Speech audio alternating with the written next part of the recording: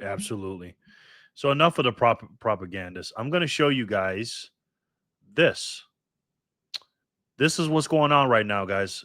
Latest updated polls.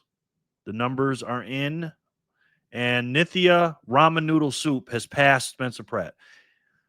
Now, again, is anybody surprised? I talked about this on my show on Friday. She's got him by 3,000 votes, right? You know how much he was leading by? He was leading by 33,000 votes. He was leading by 8%. Yes. And now she's losing. And again, nobody's surprised. It always happens like this. All the late night votes, all the mail-in votes, all the sketchy votes always go for the blue side. Every single freaking time. Guys, when you see numbers like this, right? When you see numbers like this, because I've talked about this ad nauseum. When you guys see numbers like this, what's the first thing that comes in your head, Trent? Well, we all obviously it's manipulated, but I don't. But here's the thing: if you look at it, they have 146,000 votes left. I'm looking at it, and the projected, just if you kept her on the same trajectory, if she stays the same, she'll pass Bass at 250 if the numbers don't change. And they were talking about, hey, once you want the Republican to win, then in the primary you can beat it. At this point, that would be like, here's the thing, that's saying that the Democratic Party is one unit. Like, there's not many factions inside the Democratic Party. Maybe the ramen camp is cheating, and I mean the Bass camp isn't cheating. It's not all or nothing, you know. So this has to be looked at. It's just too sketchy. I don't know. It's Act Blue 2.0. That's all I got to say. It's complete and utter nonsense. Okay, you got one from a donation standpoint where they do the donating and all the same crap. Okay, this is 2020 election stuff. Okay, again, no matter which way angle we come from, it doesn't matter. Okay, because we still need to come back around to, we need to hold account. There needs to be accountability. There's no accountability. It's like the Wild West. They know they can do whatever they want because they have the courts on the lower levels. They got the Supreme Courts on the higher levels as far as, overall control in California. They control everything. Pratt knew he was against a freaking giant. He knew this. All of America knew this, right? And it's getting so blatant that's a scary thing when it's literally in your face, so out in the open. I don't know, man. I wanted to say in the beginning when he was up there and I was feeling good about it, that I was killing it with the ads. And I'll tell you what, your guys are right. You throw him, I would love to see him on stage. I'd love to see him on stage with anybody, quite frankly. Because that guy got bars. And he would tear these people to shreds. It's another reason why they didn't want his ass to go heads up. Right? So I don't know, man. You know what's crazy? Sorry, go ahead, Trent. I have been watching politics since I've been 18 years old, and I've never seen an incumbent pass 8 points. Like, never. It's a lot. It's insane.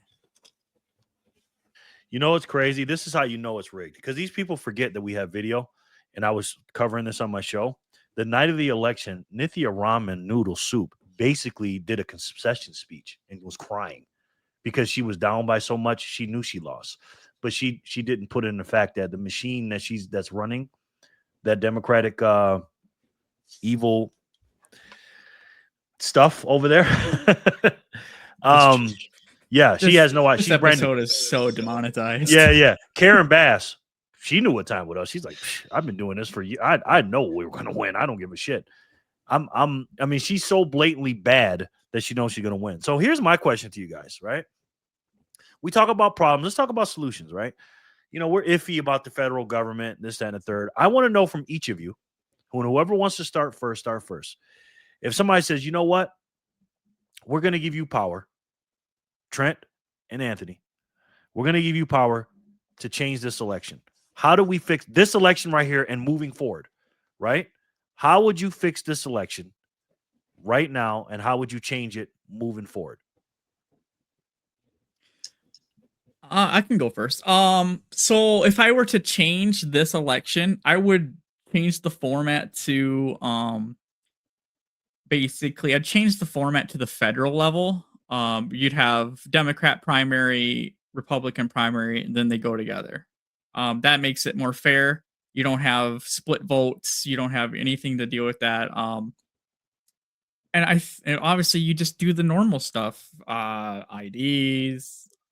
I mean, anything, basically everything in the Save Act is pretty common sense. I mean, I get mail-in ballots for let's bring back old school mail-in ballots when you literally had to be overseas or in a hospital. Like disabled vets. Even then, man, like my mother works with the disabled in Minnesota.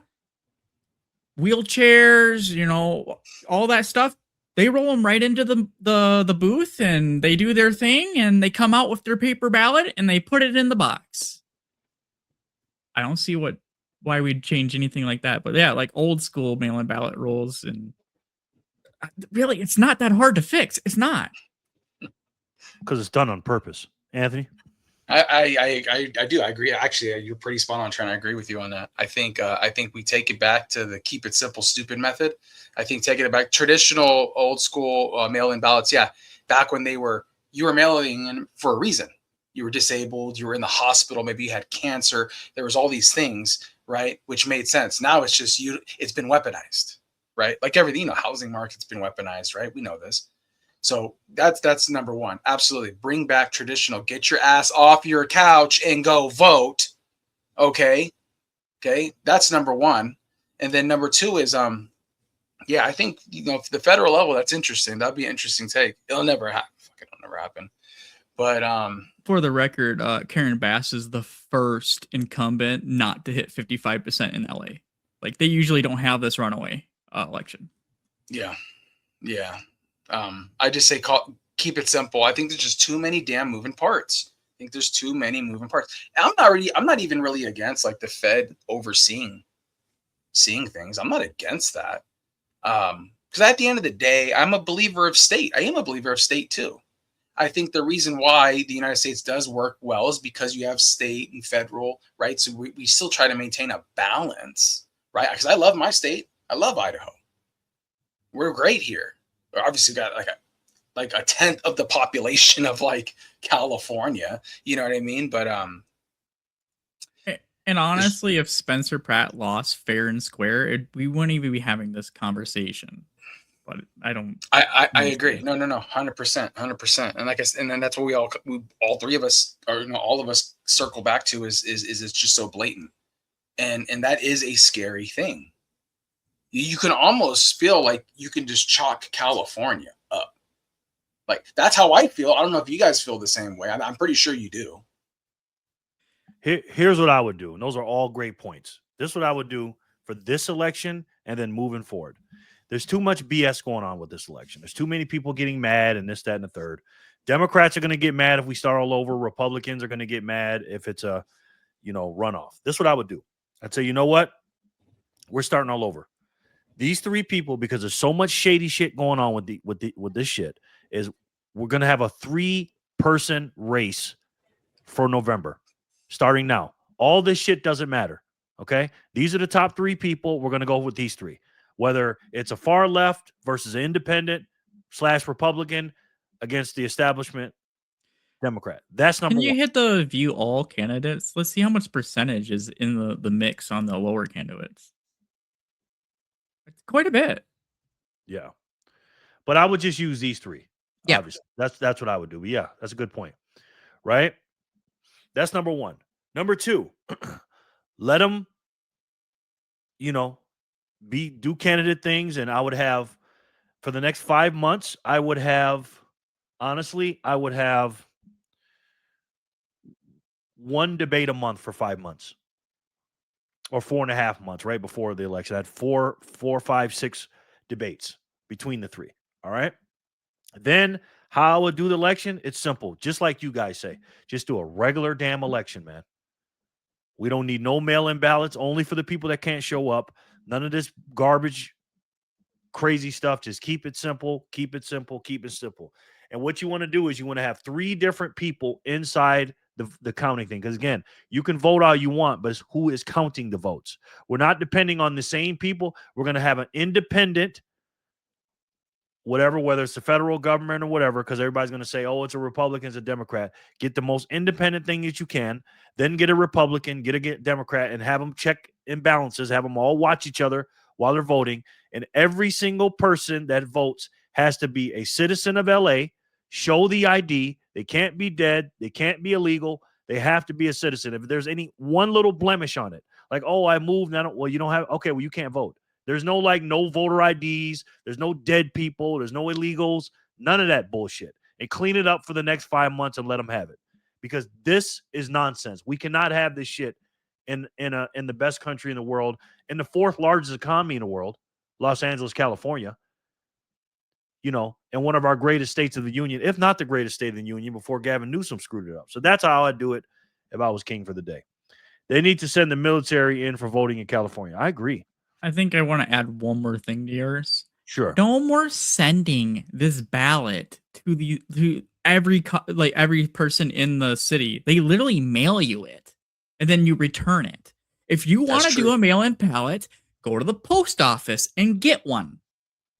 It all comes back to having to do the work yourself. Facts. And the vote is still never counted before the election results are in. Yeah, we need to have every single one of those votes looked at and checked, double and triple checked. And I'm talking about, hey, even this ain't about Republicans getting cheated, okay? Let a Democrat check a Republican check a Democrat, and an independent check them both. Independent thing. And that's how you do it. And this should be all around the board, so no one can say anything. And also, too, I forgot to mention this.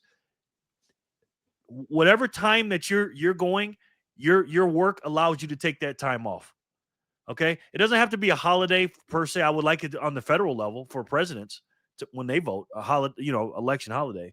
But for a local election like this, even though it's a huge election, whatever time you're going to vote, you get that time off, those 2-3 hours or whatever. You go in there and vote, get it over with, open the stuff up at 6 a.m. or 5 a.m. the earliest you can, keep it open till 9 p.m. and then get the count done at midnight. That'd be a nice federal law. Yeah, and that's it. And we got to take it back to 1776, Jared. We got to take it back to the roots of the founding fathers, bro.